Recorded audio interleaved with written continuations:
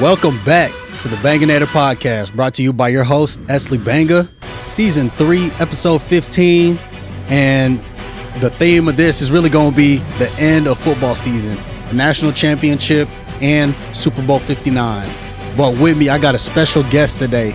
He's one of my favorite people on earth, the pastor of Sober Church in Fort Worth, Texas, chaplain of the 2024 10-0 Saginaw High School football team, and die-hard Ohio State Buckeye fan. Yes, Joe, how you doing? Man, I'm good. How you doing, sir? I'm doing Good to great. be here. Hey, man, I'm glad to be here. Appreciate the invite. No problem. It's past due. Yes, it is. Yes, it is. Yeah. I was hoping to get you on here whenever Ohio State faced Michigan. Yeah. I was going to get you on the downtime right there, but yeah, you might have got me at a sad weekend. It's been a sad week. I'm getting you on the uptime right now. Y'all are national championships, Yes, sir. and I'll see you Yes, sir. freaking taking over. Come on. Damn. Hey, oh my don't go God. nowhere without it. Man, but and it broke my heart that y'all beat us to get there too. That was a good game. And truthfully, man, I'll say that I thought whoever won that game was going to win it all. That's what I thought. And I was worried. Defense was tough, no doubt. Played it was a good game, and up until that last drive, or up to the 2-yard line. Yeah, exactly. Don't play calling and everything. Yeah, man, and I don't know why they didn't. They were just pushing to the end there. Yep. But for us, it was Cinderella because with Captain Jack doing what he did at the end there, hitting his roommate, for sure, taking it all the way back. That was freaking crazy. But it was what a game though. What a game. Very good. Sure. We met because I'm friends with your son, obviously. Yes. Elijah. Was good, Elijah. And I got to know you pretty well. Whenever I would come over, we would go to the youth services at Gateway all the time. Right. And so you really you're one of the people that inspired me to take my faith serious as a teenager. Because before that, I was just going through the motions or whatever. But and then from then on, 2013 to up until very recently, I've been going to Gateway even as an adult. So I thank you for that. Thank you for everything that you do, especially as a Christian. Absolutely. Mm-hmm. And of course, yes, obviously all my boys, and of course we play basketball, just hanging out, doing whatever. It's always been a pleasure for me just to try to pour back into not only my son's lives, but the lives of the people they bring around them, because I do it with the priest or the mindset that these are the guys, girls that they're going to be hanging around for the rest of their life. And so if I'm just pouring into them, I do no good if I don't pour into the lives around them. Because you guys are y'all talking when I'm not talking. Yeah, y'all are hanging out when I'm not hanging out. Yeah. So I want to make sure that I've done my due diligence. That they're growing up with guys and girls that are not just faith based, but just good people. Exactly. So, I really appreciate that, doing the Lord's work for real. Amen. And then we're also in the same fantasy football league. Yeah, so, sure was. I won again this year. y'all, you know it. 2 or 3 years now. Yeah, Let's get it. 2 of the 3. So obviously, there's a lot of us out here that are Christians, that love Jesus Christ, but not everybody is called to serve. Not everybody is called to be a pastor. Right. What led you to make the decision to be to take that next step and be a pastor and actually start a church? Right. Well, truthfully, of course, I've been with youth ministry, doing some type of youth ministry, and served at Gateway for 14 years prior. I really wasn't wanting to do the youth pastor or be a pastor at all, to be honest. I felt like when the Lord was calling me out, man, and we kind of went round and round, no, I don't want to do it. I don't want to be a pastor. Mm-hmm.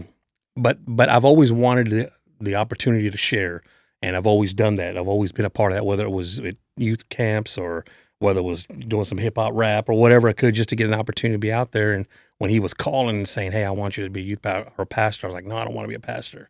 And this went on for 6 months, man. Be honest, to be back and forth, and I finally was like, "Look, Lord, I don't want to do it, man. They don't. I feel like they don't get a good rap. They seems like everything's going, they're always asking for money, and I just don't want to be in that position. I like what I'm doing."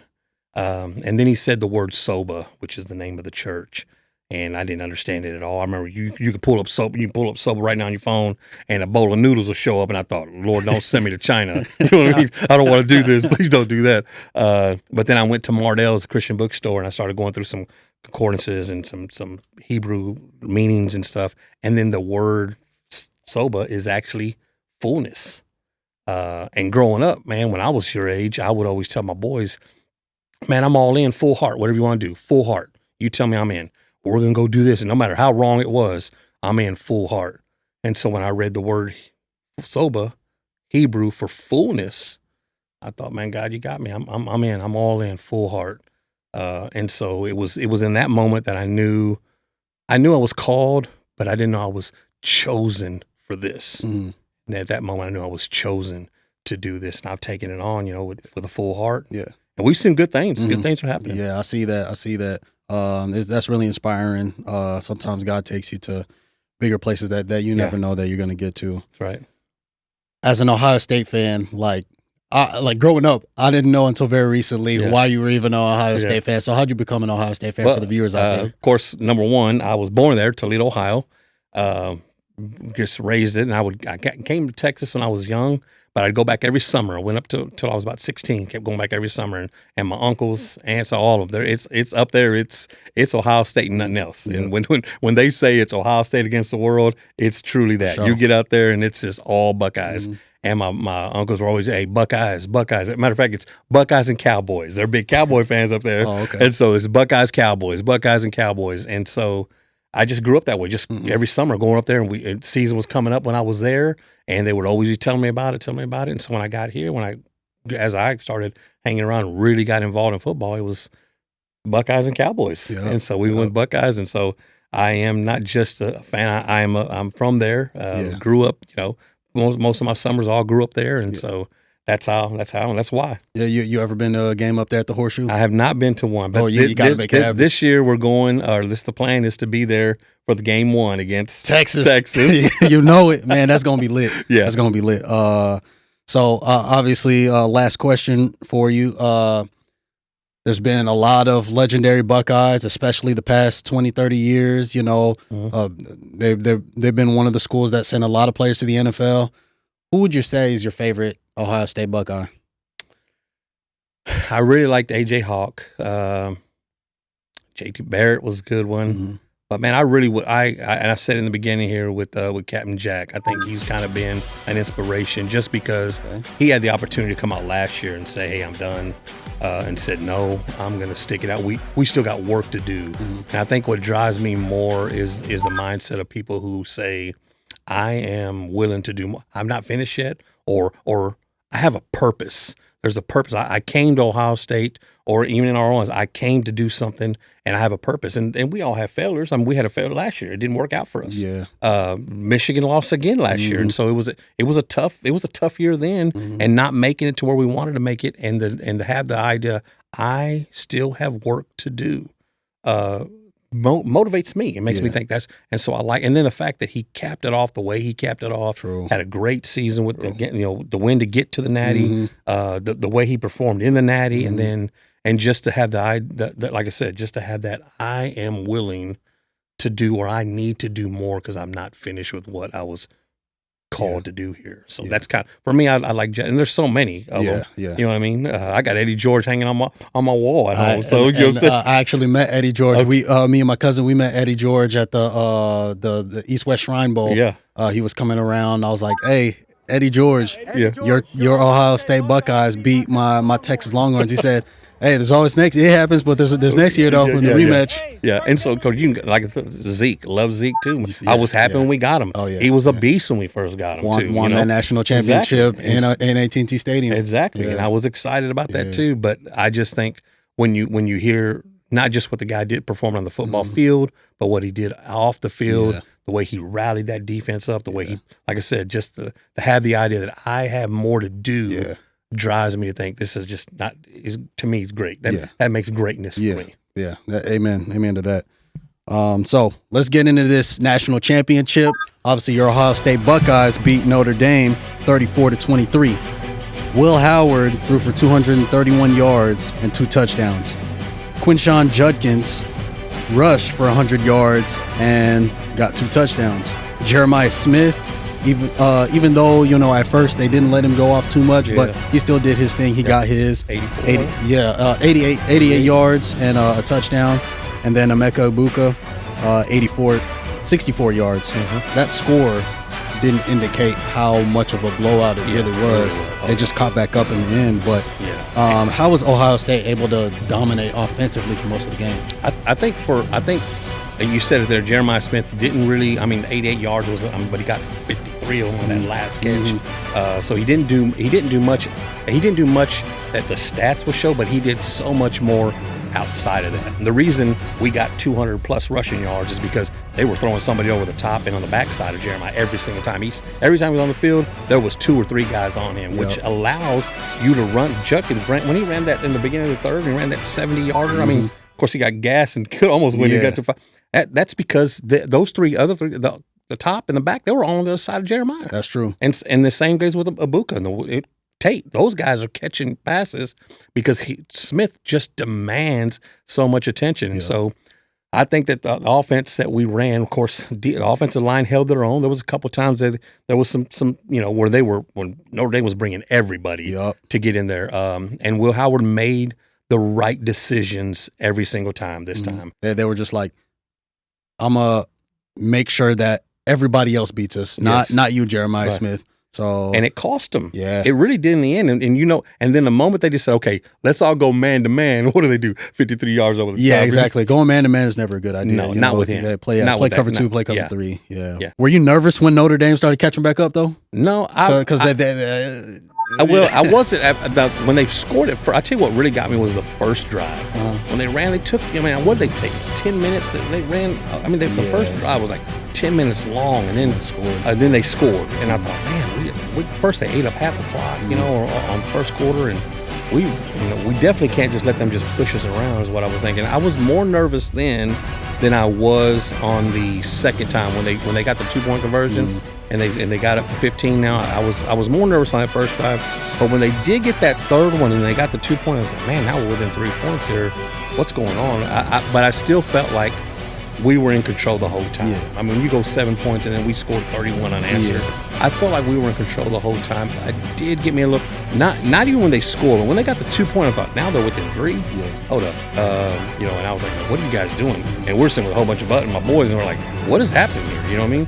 Why? And I felt like we were a little tired as well. I was a little bit, but I was honestly the most nervous was that first drive. And I said, if this is the way it's going to be, we're going to have a long day. But then we just started clicking, 5 unanswered scores. It is what it is at that point. Obviously, I didn't have a dog in the fight, but I was going for Notre Dame because I wanted revenge, obviously because of the Texas loss. And then obviously, like, I was looking at it like, why am I forgetting his name right now? Notre Dame's coach. Notre Dame's coach is black as well. And I was like, man, wouldn't it be also cool for him to win on Martin Luther King Day in Black History Month? Yeah. That would have added to the lore. And then, Notre Dame hasn't won in such a long time, so that would have been cool. But I was just hoping for a good game. So whenever that first drive that you were talking about, I was hoping for a good back and forth game. Yeah. I didn't really get that until like the fourth quarter, but by then it was too late. But and I felt like I said, even they scored, I thought, well, we truly dominated this game. They just need to go back to what we were doing. And they still kind of struggled at the end there. They were kind of pushing it back and forth. Like it went back a couple 3 and outs, and then finally we did the drive. And then when they went to that man coverage, like, it's too late now. And he just, of course, we know what happened there then. Yeah. So we go switch over from college football national championship to NFL Super Bowl 59. Yes. I was in New Orleans for that. Okay. I didn't go to the actual game because heck no, am I paying those prices? Yeah. But it was a great time. I was pretty much living on Bourbon Street for 3 days. What was the weather like? Great. Good. Like it was like 65, 70 degree weather pretty much every day, which is great because as soon as I got back, it got cold again. Yeah. So it was like, were you there when Brady and Gronk were throwing footballs across the I got there late, so no, I didn't get there. Yeah, I saw that. Yeah. Okay. So I got there whenever they started taking all that step down or whatever. Oh, okay. But I could still take pictures with the giant what's his name, the Fox robot. Yeah. So nice. You could, a bunch of Fox stuff. There was like a purple carpet on a section of Bourbon Street. So I took pictures and videos of all of that. It was awesome. Met some nice people. I actually met 2 women that know Micah Parsons' dad. personally. Okay. Yeah, because they're from PA. Yeah. So that was cool. That was cool. So where did you watch it at from there? So I watched it at because that was the struggle. Like I was trying to figure out like what's a good spot to watch it. Obviously, I'm in downtown New Orleans. Yeah. Everywhere's packed. But I finally settled on a place to watch. I had to wait for a little bit. It was like this nice like club / bar that you walk upstairs and it's kind of like some dark blue lighting kind of like this, and really cool time or whatever. But I just wish that the game was as interesting. I know, because it was a boring ass game. I know. So and I'll be honest, I wanted the Bills to win because I didn't want the Chiefs to even have a shot at going for a three-peat. Yeah. And I surely didn't want the Eagles or Skins. I mean, exactly. I didn't want either one of them. Exactly. So I was thinking, and I was like, man, I don't even want to root. But I was like, and my friends were like, well, who you rooting for, man? Honestly, I got to root for I don't want the Chiefs. I got to root for the Chiefs because I don't want we're not rooting for the Eagles at all, no matter what. And my even Elijah was like, you sure? I said, no. He said, no, not at all. There's not one. He goes, he said, yeah, but they're not going to, it's not like they're going to catch us up. I said, it don't matter. I don't even want to have one. They could catch us up. They're just one step closer. And of course, it was not a game at all. Oh man, the Eagles were just, it pissed me off. The way they dominated it was almost embarrassing, to be honest. I can tell you the best part of the whole game for me was Kendrick Lamar was after. They not like us. Serena Williams, Crip walking. Yeah, that was kind of that was the best part when he did that little split with the flag and he had all them jokers. Like, oh my gosh! And everyone I was with were like, and so at my house we do kind of like a Vegas bowl, and we had a bunch of prop bets going on, and so we had the halftime. What songs are going to open up with? Is he going to have a special guest? And nobody in I had 25 people in the house, and not one person did any prop bets because no one was like, I don't even know about Kendrick Lamar, but I was just I'm the only one up there just come on. But but just to throw some stats out there for the like how just inept the Chiefs were. Patrick Mahomes got sacked 6 times and threw 2 picks. And the Eagles didn't even blitz the whole game. That was crazy. Yes. Travis Kelce only had 39 yards and was unable to get open for the most part. I think he only had like six receptions. Yeah. Xavier Worthy, Texas boy, he's the one who had 2 touchdowns off of 157 yards, and that was later in the game when it didn't really matter. But still, the fact that he was the only person that showed up really. So it was really crazy. Meanwhile, Jalen Hurts earned Super Bowl MVP, and Saquon Barkley and Cooper DeJean won the Super Bowl on their birthdays. Yeah. So that was cool for them. I am happy for the individual players. Jalen Hurts, he's a cool guy, humble guy. Saquon Barkley, he's also humble. Who I wanted. I was hoping Dallas would have did the right thing. That was gonna happen. Man, and then he just does what he does. I mean, he just and now I know he's from Penn State. I've seen him. I've been watching his kids, playing Buckeyes, and I thought, man, that's true. He's a straight beast. This kid can play. And then when it came up, we're like, I'm out of the Giants. I'm ready to go. So like, man, we got to get him. Let's go after him. And of course, our guy's not doing what he's supposed to be doing, and I think it showed. It showed. He not only showed the talent that he could have been behind a good line. He showed his versatility when he was moved. There was a couple times he moved, spin moves. Of course, what about the play that just went crazy? If I weren't during the season, jump backwards. Yeah. He showed that he's that not just behind a good line is he good. If he can get through the first wave, once he's in the back, it's difficult to take him down. Yeah, he's a shifty player. As big as he is, he's still a shifty player. And so, I mean, I enjoyed the game in that aspect, seeing some of these guys, Cooper of course, get the pick 6, on his birthday. I enjoyed those moments of the game just because I like football itself. I didn't like that it was the fact they were doing it, but because I like football and like to see plays like that, to see, not just because it was his birthday, but just to see a pick 6. I mean, because it don't happen enough. A lot, in Super Bowl, to see it happen, and then the way it happened, coming across and then moving the ship down and getting back to the end zone.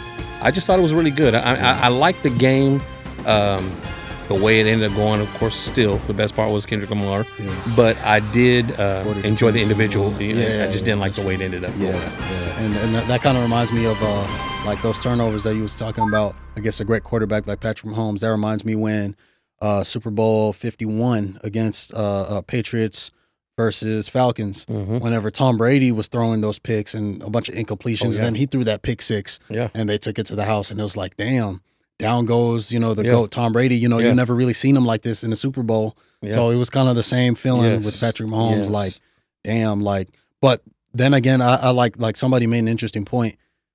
Like, Patrick Mahomes historically hasn't been performing well in the Super Bowl. Yeah.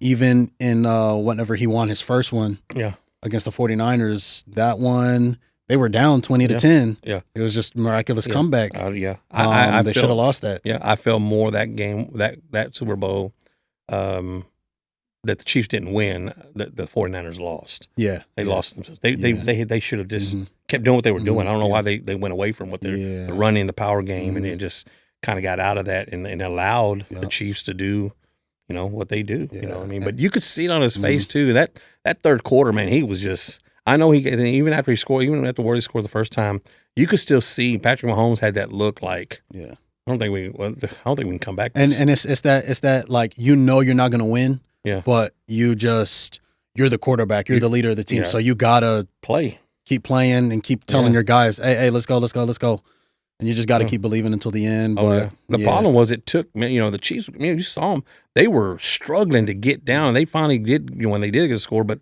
it seemed like the Eagles were just like, all over the place. It was like, anytime I felt like, they could have brought guys from the stands, come and just put this jersey on. Anybody was scoring. They were just moving the ball on them like it was nothing. Yeah. Yeah, it was crazy. It was crazy. But so that's pretty much a wrap on football season. Switching over real quick to, I don't even like talking about them, but the Cowboys. The Cowboys hire Brian Schottenheimer. Yeah. What'd you think about that hire? I did not like it, only because I feel like it's the same thing. What are we doing different? He's been running your offense. I mean, I don't understand how this makes us any better. I was really, truthfully, I was hoping that they would have traded up, gave up, and I hate to say it this way, but gave up Dak and their 12th pick, go get him 1 or 2, bring in Sanders, let Sanders do whatever he's going to do and give him full reign. We saw what he does. Sanders, number one, we saw what Sanders does when anytime he's been in any position that he plays in football, when he was the corner, you didn't throw it to Sanders. You didn't do anywhere he's been. He is was successful and excelled at it simply because of who he really is. He puts everything he can into the game. And when he went to coach in Jacksonville, he was good there. Yep. Then goes to Colorado, and of course it's for them. It's D1 now. But still he's transformed that whole everything he does. So how much more would it be, or for us would it have been for him to come here and do that for us? I mean, but Jerry Jones again. I don't like the Schottenheimer trade, move. I'm hoping that they make some now. I'm hearing they're going to make some better offseason pickups and do some stuff like that. I believe it. Hey, like the Bible says. The Bible says, Jesus says, "Believe in me, and you shall see." Yeah. With the Cowboys, I got to see it to believe it. Ain't no way. Yeah, you got to see it to believe it. That's true. I'm hoping that's what they do. I'm hoping they do what they say they're going to do. I'm hoping that seeing all the guys that we could have got, Derrick Henry, Saquon, all these guys that we could have gotten in here to help, and then do what they're doing. See all the stuff that they. I mean, Derrick Henry had a phenomenal season. He's the reason why I won in fantasy. Yeah, exactly. Yeah. So to see all of that, I hope the Cowboys look at this, and Jerry Jones says, okay, we got to make some moves. Yeah.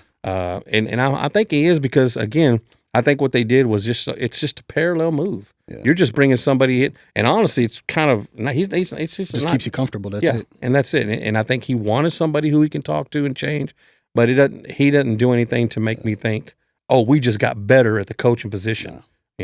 So yeah, we'll see how that happens. But that's all I got for today. Okay. Thank you for hopping on. Please like and subscribe on the Banganator podcast on YouTube. Follow me on the Banganator podcast on Instagram, and Banganator_4 on the Twitter X. Thank you again, Joe, for hopping on with me. And where can they find you, your church, your content, anything that you do? Where can they find you? You can find us at soba.church is the email. We're also on Instagram, Soba as well on there, Soba Church, and then we're also on Facebook, Soba.church. Come check us out. We appreciate it. And again, OH. Oh no. Welcome to the Banganator podcast, brought to you by S.C. Banga, diehard fan of the Dallas Cowboys since 1997. How about them Cowboys?